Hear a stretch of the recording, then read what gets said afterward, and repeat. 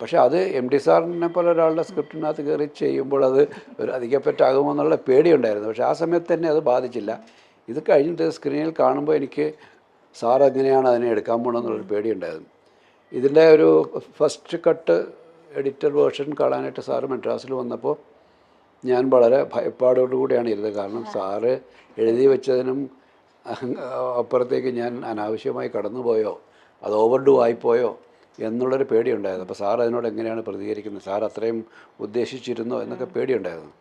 അപ്പോൾ sir cinema കണ്ട് തിരിച്ച് പുറത്തേക്ക് ഇറങ്ങുമ്പോൾ ഞാൻ പുറത്ത് വെയിറ്റ് ചെയ്യായിരുന്നു. ഇപ്പോൾ സാർ എന്നെ ഒന്ന് നോക്കിയിട്ട് ഒന്ന് ചിരിച്ചു എന്നാണ് ഞാൻ മനസ്സിലാക്കുന്നത്. ഒരു ചെറിയ ഒരു സൈഡിൽ വളരെ ഒരു ചിരിയാണ്. നമുക്ക് ഈ ചുണ്ടിൻ്റെ ഒരു കോണിലൊരു ചിരി വന്നു എന്ന് ഞാനങ്ങ് വിശ്വസിച്ചു. സാർ ഒന്നും പറഞ്ഞില്ല, അത്രയേ ഉള്ളൂ. സാർ എപ്പോഴും അങ്ങനെയാണ്, എല്ലാ കാര്യങ്ങളും ഒരു ഓവറായിട്ടൊന്നും എക്സ്പ്രസ് ചെയ്യുന്ന ഒരാളല്ല.